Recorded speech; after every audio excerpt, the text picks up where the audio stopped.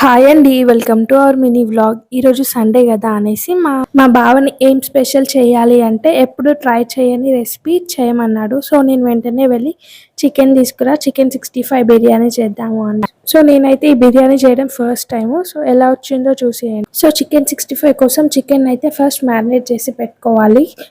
Ingredients అన్ని నేను comment box లో పిన్ చేసి పెడతాను. దాని వరకు మ్యారినేట్ చేసిందంతా ఫ్రిడ్జ్ లో పెట్టేశాను. తర్వాత ఫ్రైడ్ ఆనియన్స్ కోసం ఆనియన్స్ ఫ్రై చేశాను.